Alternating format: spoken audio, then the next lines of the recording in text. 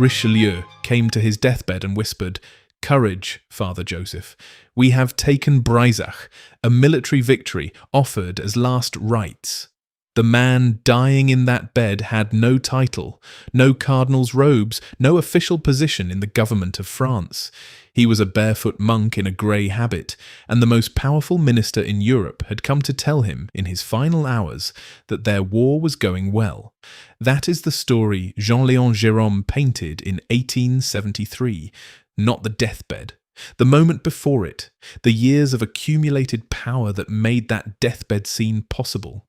A Capuchin friar descending the grand staircase of Cardinal Richelieu's own palace, reading his Bible, not looking up, and every single person in the building stopping to bow. The phrase we still use today, grey eminence, the power behind the throne, the person who actually runs things without anyone officially knowing they run things, came from this man and from this painting. Every time you use it, you are quoting a monk who slept on a wooden board and ran the most sophisticated spy network in 17th century Europe. Let's look at how Jérôme painted him. The staircase is where the argument begins. Jérôme fills it with the most elaborately dressed figures 17th century France could produce. Musketeers with plumes in their hats, courtiers draped in silk and velvet, a cardinal in brilliant red robes, palace guards, noblemen, people who have spent considerable effort and money ensuring that when they walk into a room, everyone notices. Now look at what Jérôme did with them. Every single figure on that staircase, above and below, forms a perfect compositional arrow. All of it points at the same place. And every person in the painting, without exception, is looking in the same direction, at him.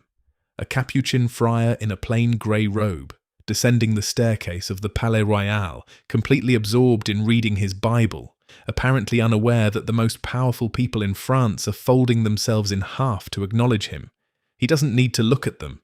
He already knows they're there. That man is Père Joseph, and to understand why every person on that staircase is bowing to him, including that cardinal in the red robes, you need to understand what France looked like in 1630. France in 1630 was in the process of transforming from a Renaissance monarchy into an absolutist state. The architect of that transformation was King Louis XIII's chief minister, Cardinal Richelieu. If you've read The Three Musketeers, if you've watched any historical drama set in this period, you know Richelieu as the villain. Brilliant, cold, calculating, the man in the red robes who controls everything from the shadows. Except Richelieu himself had a shadow. As cardinal, prime minister and head of the royal council, Richelieu was the architect of centralized, absolutist government in France.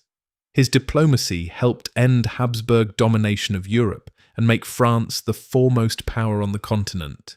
He was, by any measure, one of the most formidable political minds of the 17th century. And yet there was someone whose counsel he sought when his own nerve faltered. Someone whose influence stretched so deep into the machinery of French statecraft that contemporaries began calling him quietly by a name that wasn't officially his. Your Eminence is a form of address reserved for cardinals in the Catholic Church. Père Joseph was never made a cardinal. Those around him addressed him as Eminence anyway, in deference to his closeness to Richelieu, who was the actual cardinal. The grey friar's cloak he wore over his habit gave them the other half of the phrase. Grey Eminence, l'Eminence Grise, the most powerful unofficial man in France. François Leclerc du Tremblay was born in 1577 into French nobility. His family had royal connections. As a young man, he appeared at court with the title Baron de Maffliers and served in the armies of Henry IV. He had every advantage that 16th century France could offer a man of ambition. A title, connections, military service, access to the court, and then, at 21, he walked away from all of it and became a monk. Not just any monk, he became a Capuchin, one of the strictest religious orders in the Catholic Church, and threw himself into the life with the intensity of a man who had decided that if he was going to do something, he would do it completely. He wore a hair shirt. He slept on a wooden board. He got up before dawn every morning for hours of meditation and prayer. His piety was not a performance. Contemporaries who hated him politically still acknowledged that his religious devotion was entirely genuine. So how does a barefoot monk who sleeps on a plank end up as the effective foreign minister of France? His alliance with Richelieu began in 1612, forged amid shared reformist zeal at the court of Marie de Médicis. From there, Père Joseph became a key operative in domestic and foreign affairs, negotiations, diplomacy, intelligence. But the word intelligence doesn't quite cover what he actually built.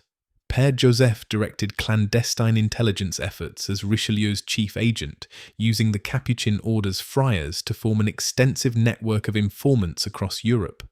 These religious operatives, travelling under the guise of missionaries, collected political and military intelligence without arousing suspicion. Think about the elegance of this for a moment. A monk travelling to a foreign city raises no alarm.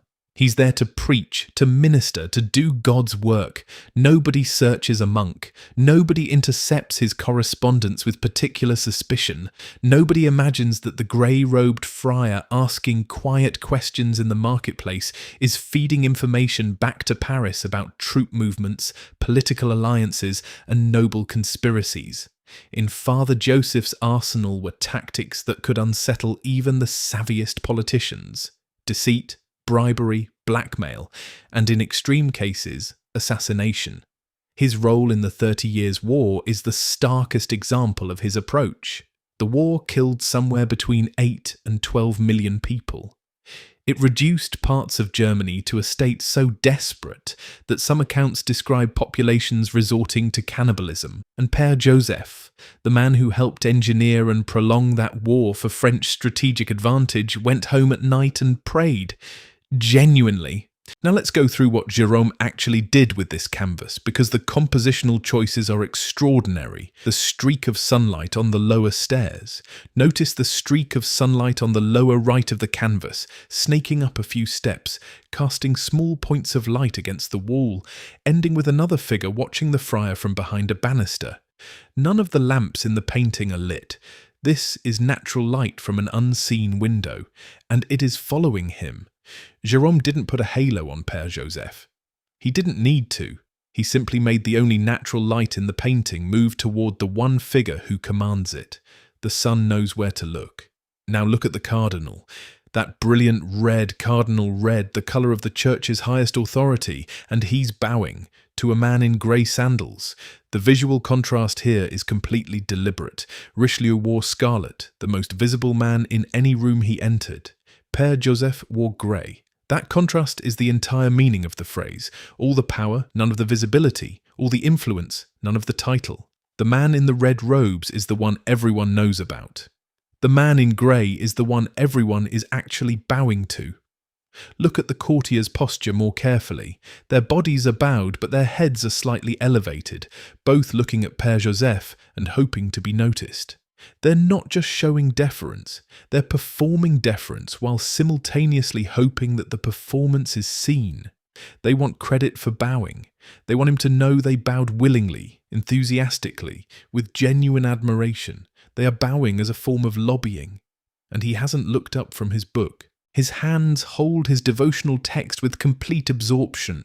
He is not performing piety any more than the courtiers are performing genuine deference. The difference is, he actually means it. He walked through a palace full of the most powerful people in France and found his Bible more interesting. Whether that's genuine sanctity or the most sophisticated power move in 17th century Europe is a question Jérôme leaves entirely open, probably because it's both. The sandals, bare feet on the cold marble floors of a royal palace. The roughness of his robe against the silk and velvet of everyone around him. Jérôme painted the texture of that fabric with the same attention he gave the palace architecture. The contrast is the argument. This man owns nothing. He carries nothing. He wears nothing of value. And every person in this building knows that without him, nothing moves. The man who painted this is himself a study in institutional power and institutional collapse. By 1880, Jean-Léon Gérôme was arguably the world's most famous living artist. His paintings were reproduced photographically and sold across Europe and America on a scale no artist before him had achieved. He taught at the École des Beaux-Arts in Paris for decades.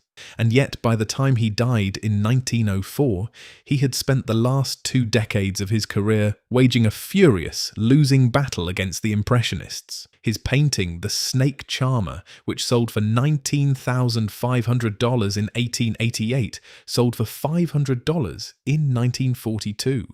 In 60 years, the most famous artist in the world had become nearly worthless on the market. He'd understand the irony of that, I think. He painted a picture about invisible power. He ended his career as an example of visible power becoming invisible. The man who painted the grey eminence became one. This painting won the Medal of Honor at the 1874 Paris Salon, the highest distinction that exhibition could bestow. The French establishment looked at a painting of a monk outranking a palace full of aristocrats and said, "Yes, that is the best thing here this year."